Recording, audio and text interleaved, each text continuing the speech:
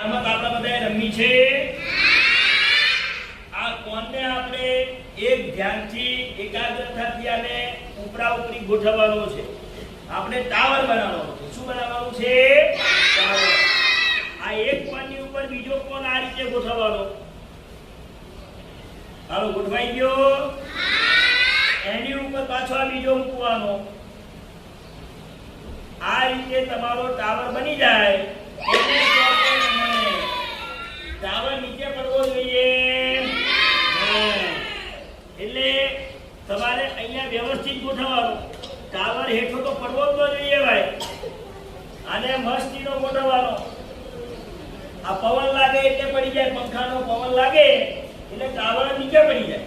તો આવી રીતે તમને ગોઠવતા આવડશે? આ રમત બધાને રમવી છે? બધાને આવડશે? હવે જેને વહેલા ગોઠવાશે એને ચોકલેટ મળશે. બધાને નહીં મળે. જેને પહેલા ગોઠવાઈ જાય એને શું મળશે? ચોકલેટ. ચાલો રમી છે.